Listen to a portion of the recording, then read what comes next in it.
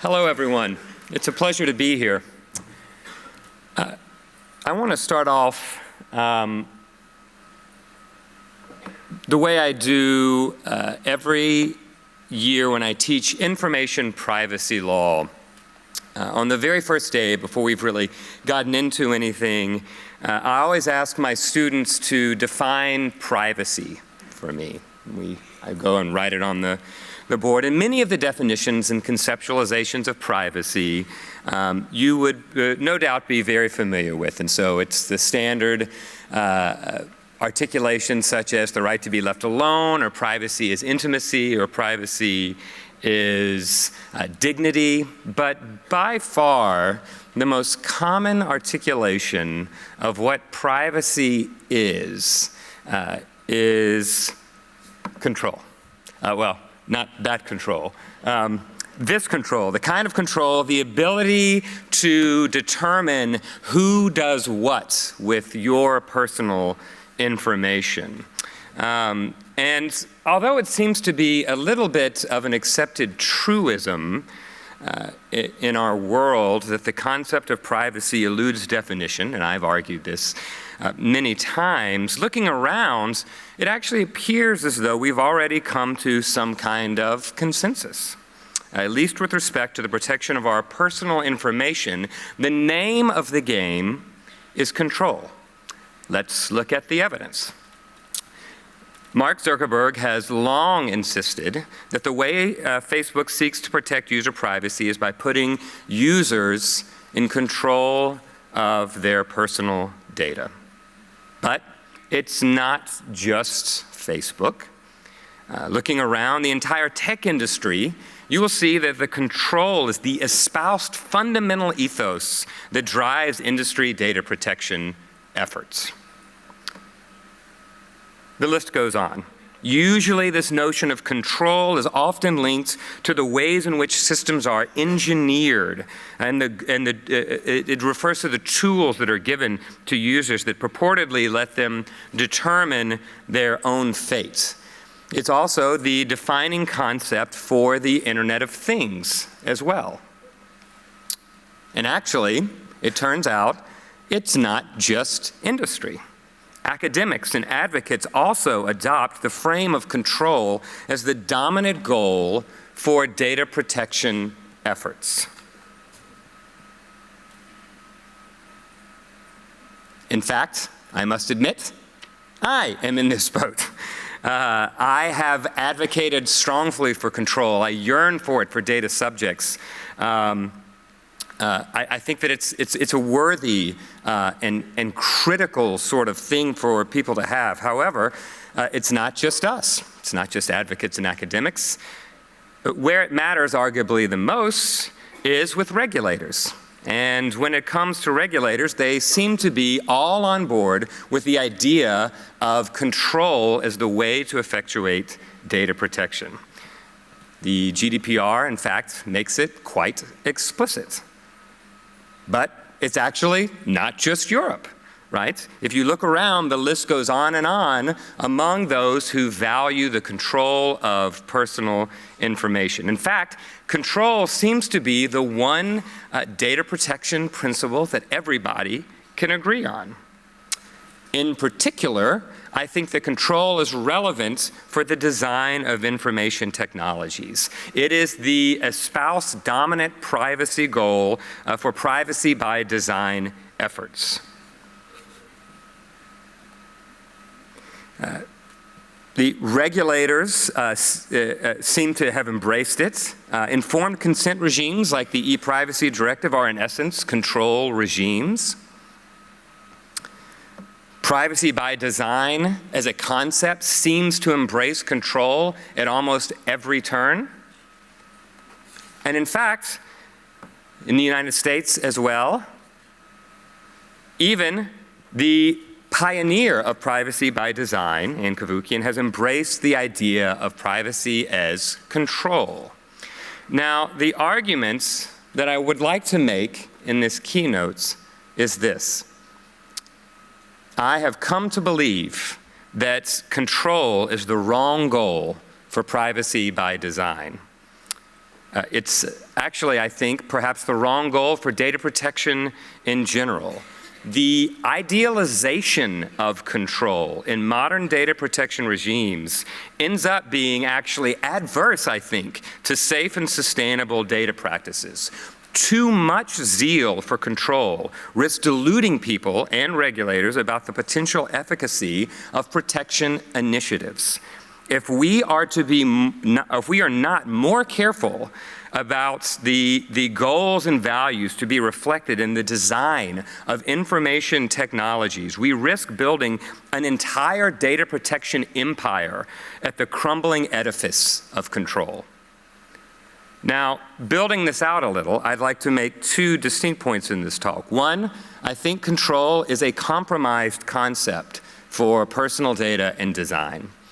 Second, instead of using control sort of as a proxy, which is the way in which we seem to be using it, privacy by design framework should embrace more direct values like trust, obscurity, and autonomy.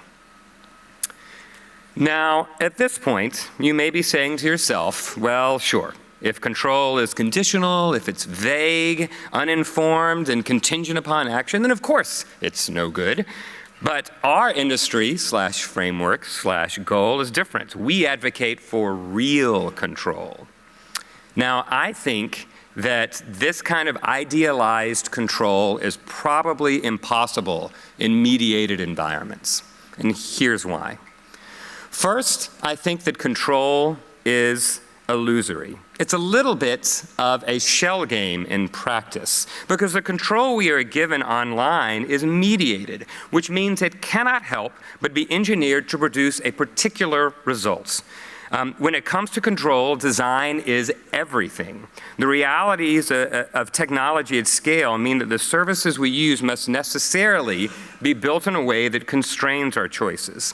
Can you imagine a world where everyone got to dictate their own terms in an open text box with the services within which they interact instead of some sort of boilerplate term or standard set of tools? Our mediated perception of control obscures the fact that design funnels behavior, and people can only pick on the options that are provided to them. We give this sort of fake control to our kids very often. So for example, when I give my kids a choice between going to the park or going to the movies, they feel empowered, and I get to avoid a trip to the pet store so that I can stave off a conversation about getting that new puppy. And so I think that it's important to consider that design also nudges us by sending signals and making tasks easier or making things harder, encouraging us to act in predictable ways. Companies deploy dark patterns to exploit our built-in tendencies to prefer shiny, colorful buttons and ignore the dull gray ones, or shame us into feeling bad about withholding data or declining options, or simply making exercising control possible but costly through things like forced work, subtle misdirection, and incentive tethering. How many people have seen this ad pop up on your laptop and tried to click decline only to realize there's no decline button? You have to open up the App Store in order to get this thing to disappear. Here's an example of what Harry Brignall calls confirm shaming on his really excellent Dark Patterns website.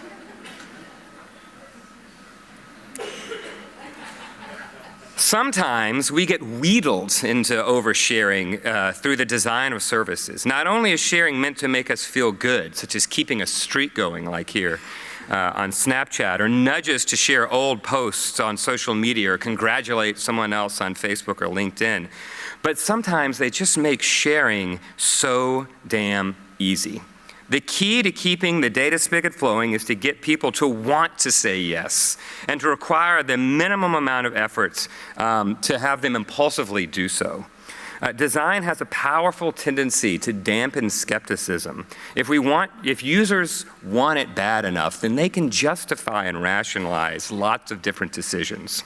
Now, of course, we could create rules to mitigate against this sort of thing, but of course, the essence of design is to nudge people into a particular direction. Now, of course, these choices are not always harmful for us. Many of them, in fact, might be quite useful. But asking companies to engineer user control paves the way for abuse and self-dealing at the margins. And these margins matter. Even among those acting in good faith, we are left with the problem of relying on the notion of control and choice to do more work for us than it is capable of. We risk looking around at the robust new frameworks that we have for data protection, the rules built to encourage meaningful control over personal information, patting ourselves on the back and saying, mission accomplished. But it wasn't even the right mission. The second reason that control is a compromised goal for design is that it is overwhelming at scale. Control over personal information is highly attractive in isolation. Who wouldn't want more power over the things that affect our lives? But within this power often comes a practical obligation. Sometimes when we do not exercise that control, we are put at risk. Companies can take our inaction as acquiescence. The problem with thinking about privacy as control is that if users are given our wish for more privacy, it means we are given so much control that we can choke on it. Some recent strides in design rules, such as data protection by default, actually does help mitigate some of this problem. However, even if the default works, demands are still being made of us so that we relent. Anyone that has turned off notification for apps like Facebook's Messenger can attest to the relentless, grinding requests of the user to turn on notifications almost every single time the app is launched. Many can relate to the experience of a child asking for candy over and over until the requests become too much to ignore and we finally give in, simply to quiet them. Willpower can feel like a finite, vulnerable, and highly subjective resource, and systems are designed to deplete and erode it. Once willpower and the ability to make choices become compromised, the control that users have been given will largely be meaningless. Even if industry figures out the Platonic ideal of how a company can give users and data subjects control, it still wouldn't solve another dilemma, which is the bandwidth dilemma. People only have 24 hours in a day and so many resources to dedicate to making decisions. Even if one company or all companies perfected a control interface, people would still be faced with the barrage of larger decisions because they use multiple apps and services. Control will not change the fact that the data ecosystem is mind-bogglingly complex, with many different kinds of information collected in many different ways, stored in many different places, processed for many different functions, and shared with many different parties. And even if every single tech company merged together to form some sort of giant Google Amazon buckle, then the tension between simplicity and nuance inherent in the most complex and fraught environments imaginable would seem irresolvable. This is because nuance often gets glossed over when companies try to simplify information for our benefit. Risk is either hidden away through abstraction or made so voluminous and explicit that we don't even know where to begin. Because of course, the way in which control gets expressed in design is through things like this. But it's never just things like this, right? It's one toggle switch that exists among a nested layer of toggle switches that then exists among an entire environment of apps. And we look back and we feel overwhelmed at the number of choices. Privacy by default, again, helps with this, but the nudging will continue until morale improves. Now, finally, control is a myopic value for privacy, which I think is the third reason why control is compromised as a goal for privacy by design. Notions of individual control really don't sit well with privacy as a collective value. When privacy is thought of in individualistic transactional terms, people's privacy is always being negotiated against what others value. Control should be tempered against other values because no one privacy ideology should reign in a diverse society where other people's autonomy matters. What makes us think that the collective result of atomized decisions will be best for privacy anyway? Scholars have noted that a large body of research shows that people's privacy preferences are uncertain, they are contextually dependent, and they are highly malleable. The availability of knowledge doesn't necessarily translate meaningfully into good privacy decisions. Lawmakers may favor mandated disclosures, like the warnings on cigarette boxes, because they are cheap and they counterbalance the information disparity. The reality that companies often know is that they know much more than consumers regarding the wisdom of a decision. But in this context, users are being asked to consider the privacy implications of every single disclosure that they make, an impossibly complex calculation to make the future of risks and consequences very difficult to ascertain. Now, another problem with control, and this is getting a little closer to it, is that it leaves us sometimes lacking a more firm moral anchor. Control presumptively gives people choices and serves autonomy. But idealizing control can leave designers and data subjects without much of a sense of which values are really truly at stake to be preserved by the system's purpose or design. The lack of an ethical mooring encourages ideological drift and abuse. When control is the North Star, company leaders and policymakers aren't given much to work with when tasked with improvements. In the absence of more articulate values, CEOs and lawmakers say what is needed is perhaps more control. If something goes wrong, well, then we must not have had enough control, as though that would solve the problem. But it's not clear that more control and more choices are actually going to really help us. Maybe what we need are actually fewer, better choices driven by different moral values. But it's hard to rank which choices are good without a more concrete theory of exactly what we're protecting against other than just control. This is where additional values such as trust, obscurity, and autonomy become important. They give us a better roadmap on how to allocate the resources of control, which is finite and precious. We need an approach that incorporates multiple values and is capable of recognizing privacy as a more social good. Now, to my second point. We seem to be using control as a proxy. When control is expressed as choice, in a way, it sort of undercuts its own mission. And given the pathologies that are inherent in mediating choice, people should have a more fundamental baseline level of protection regardless of what they choose. What we have now in certain pockets is a system that allows companies to offload the risks of data onto the data subjects.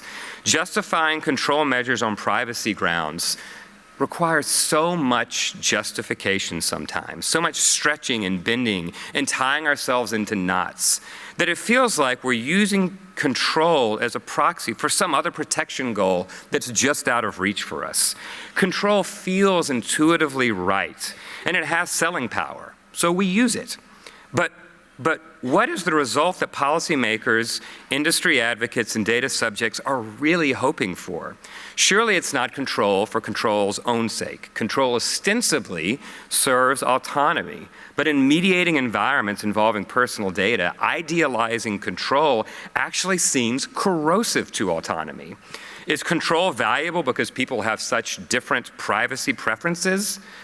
Or does it just appear that people have different privacy preferences because personal data risks are virtually impossible for people to assess consistently across a broad spectrum?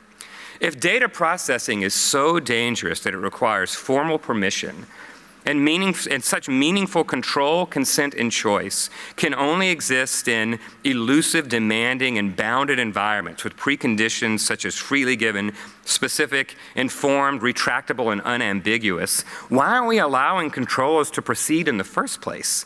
Is it just a contorted and indirect way to pressure companies to lay off risky data practices?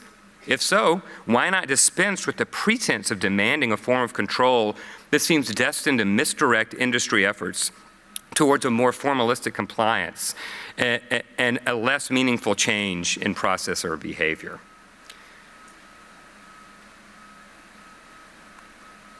This brings me to the point about design. For design, I think what matters are relationships and transaction costs. In other words, what is the nature of the relationship between the data subject and the person who's collecting or using the information?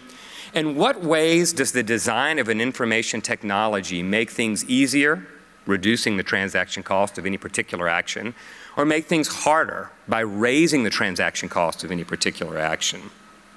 And when you take those two things into consideration and you look at what's truly, I think, important, the values that I think tend to rise to the top are not necessarily control. Rather, I encourage an embrace of the values of trust, obscurity, and autonomy. Now, trust, I think, is the key value for data protection moving forward. Trust, the willingness to make yourself vulnerable to the actions of others, is a key component in so many different aspects of our lives. It underlies commerce. It underlies our relationships and intimacy. And it underlies self-exploration. And I think that if the rules that we have about the design of technologies are meant to make sure that the trust that is given is respected, then that's a much more concrete and in the end, effective way to channel the design of information technologies. And trust contains several different components. So I think that trust contains a responsibility to be discreet, sometimes confidential, but maybe just anonymizing or pseudonymizing data. A requirement to protect information by having good data security practices. A requirement to be honest, which I think may be technically different than transparency.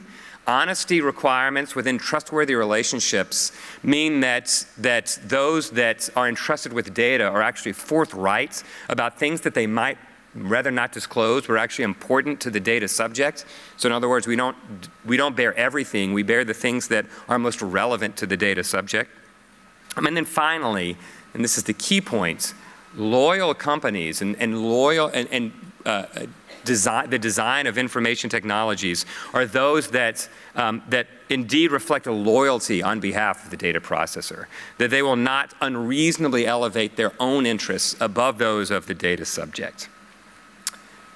The next value that I advocate for is obscurity, which is a little bit less popular in our existing data protection language, but obscurity is the idea that when information is hard or unlikely to be understood, it is to a relative degree safe.